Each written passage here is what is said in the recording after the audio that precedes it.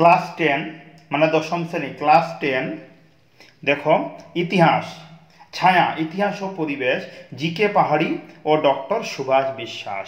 এই যে টেক্সট বইটি আছে ইতিহাস ক্লাস 10 এর, এই ভিডিওতে আমরা এই বইয়ের তৃতীয় অধ্যায় দেখি। প্রথমে আমরা বের করি তৃতীয় অধ্যায়। দেখো তৃতীয় অধ্যায়ে কি লেখা আছে?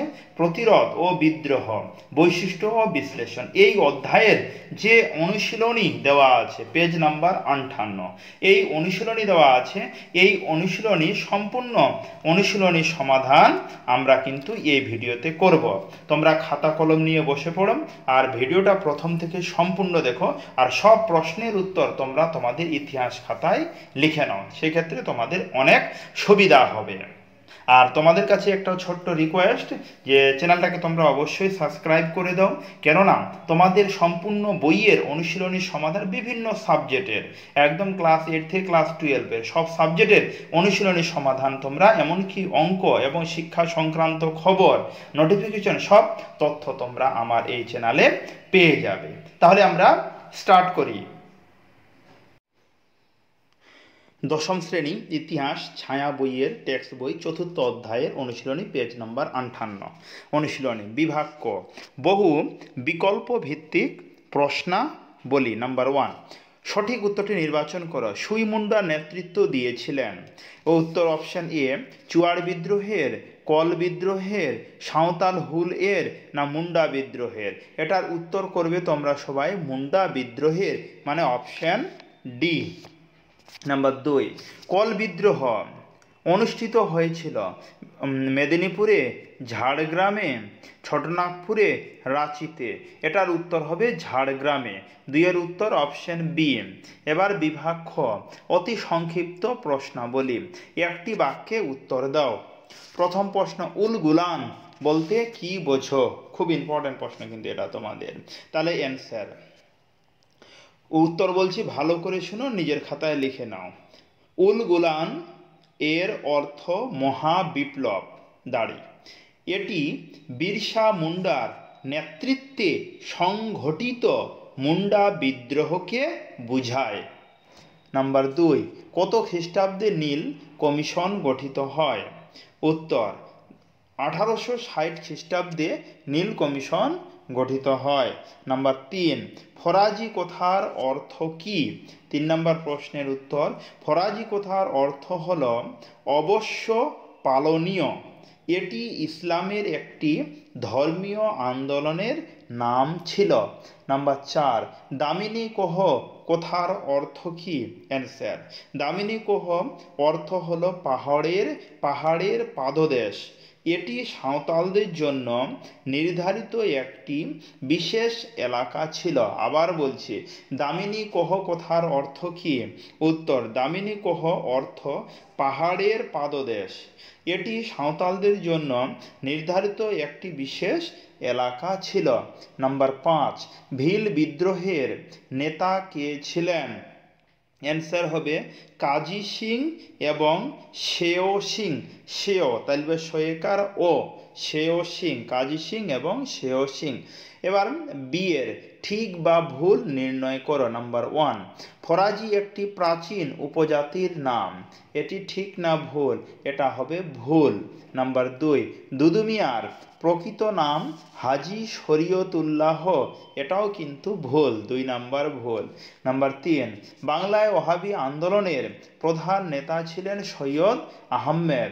3 নাম্বারটা হবে ঠিক, সৈয়দ আহমেদ ছিলেন ফরাজি আন্দোলনের প্রধান বা বাংলার প্রধান নেতা। 3 নাম্বার কি বললাম? ঠিক। এবার আমরা বিভাগ সি, এই যে সি এর ক স্তম্ভের সঙ্গে খ স্তম্ভ মিলাও। তাহলে প্রথম ক স্তম্ভ দেওয়া আছে, খ স্তম্ভ প্রথম দেওয়া আছে 1798 খ্রিস্টাব্দ। এটার উত্তর করবে তোমরা সবাই অপশন সি, চুয়াড় বিদ্রোহ। তাহলে প্রথমের সঙ্গে কি বললাম? Option C. তারপরে নাম্বার 2, 1831 তোমরা করবে অপশন ডি, কল বিদ্রোহ। দুইয়ের উত্তর হবে অপশন ডি কোল বিদ্রোহ। নাম্বার 3 1855 হবে এ সাঁওতাল বিদ্রোহ। 1855 কি বললাম, এ হবে সাঁওতাল বিদ্রোহ। 1859 এটা কি হবে, তাহলে কি পড়ে থাকলো, বি নীল বিদ্রোহ। 1859 হবে বি নীল বিদ্রোহ। এবার লেখা আছে ডি এর প্রদত্ত ভারতবর্ষের রেখা মানচিত্র নিম্নলিখিত স্থানগুলি চিহ্নিত করো ও নাম লেখো। এটা করার দরকার নেই, শূন্য স্থান করব। খুদকাঠি প্রথা প্রচলিত ছিল ড্যাশ সমাজে, এটার উত্তর করবে শূন্য স্থান 1 নম্বরে উত্তর হবে সাঁওতাল সমাজে। নাম্বার 2 দুইয়ের উত্তর কি লেখা আছে, যে বঙ্কিমচন্দ্রের আনন্দমঠ উপন্যাসে ড্যাশ বিদ্রোহের উল্লেখ পাওয়া যায়। অ্যান্সার হবে সন্ন্যাসী, দন্তাস্ব দন্তা নয় নয় জফালা আঁকা দন্তাস্বয় দীর্ঘী, সন্ন্যাসী বিদ্রোহের উল্লেখ পাওয়া যায়। ক্লিয়ার? তাহলে 1 নম্বর বিবৃতি, ভারতের ঔপনিবেশিক ব্রিটিশ সরকার অরণ্য আইন প্রবর্তন করেছিলেন। ব্যাখ্যা, ক ব্রিটিশ সরকারের অরণ্য আইন প্রবর্তনের উদ্দেশ্য ছিল পরিবেশের ভারসাম্য রক্ষা করা।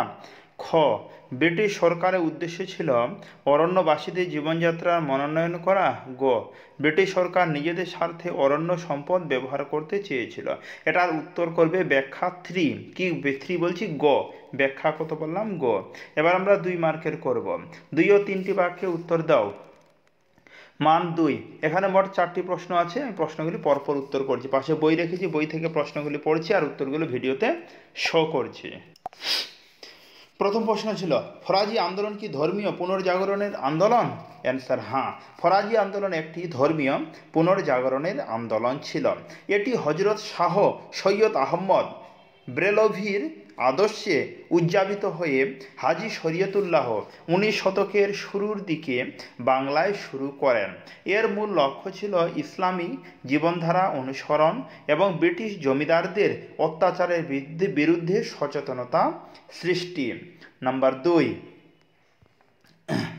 নীলকররা নীল চাষিদের ওপর কিভাবে অত্যাচার করত তা সংক্ষেপে আলোচনা করো। অ্যান্সার, নীলকররা চুক্তির মাধ্যমে জোরপূর্বক কৃষকদের নীল চাষে বাধ্য করত। তারা কৃষকদের ন্যায্য মূল্য না দিয়ে নামমাত্র দামে নীল কিনত এবং বাধ্যতামূলক নীল চাষ করতে বাধ্য করত। কৃষকদের ওপর শারীরিক নির্যাতন, জমি দখল ও অন্যান্য নানা প্রকার অত্যাচার করত, যা 1859 থেকে 60 সালে নীল বিদ্রোহের অন্যতম কারণ ছিল। নাম্বার 3, চার্লস উইলকিন্স শুরু গুরুতর কেন ছিলেন? আবার প্রশ্নটা কি লেখা আছে, নাম্বার কত নম্বর প্রশ্ন এটা? 3 নম্বর প্রশ্ন, চার্লস উইলকিন্স গুরুতর কেন ছিল? এই প্রশ্নটা কিন্তু সম্পূর্ণ ভুল দেওয়া আছে, এই প্রশ্নটা ভুল হয়ে গেছে। আমি 3 নম্বর প্রশ্ন দেওয়া আছে চুয়াড় বিদ্রোহের গুরুত্ব। চুয়াড় বিদ্রোহের গুরুত্ব আমি লাস্টে করে দিচ্ছি তোমাদের, আপাতত তোমরা 4 নম্বরটা করো। তিতুমির স্মরণীয় কেন? তার 4 নম্বর প্রশ্ন আছে তিতুমির স্মরণীয় কেন? অ্যান্সার, তিতুমির স্মরণীয় কারণ তিনি ব্রিটিশ বিরোধী সংগ্রামে একজন বীর যোদ্ধা ছিলেন।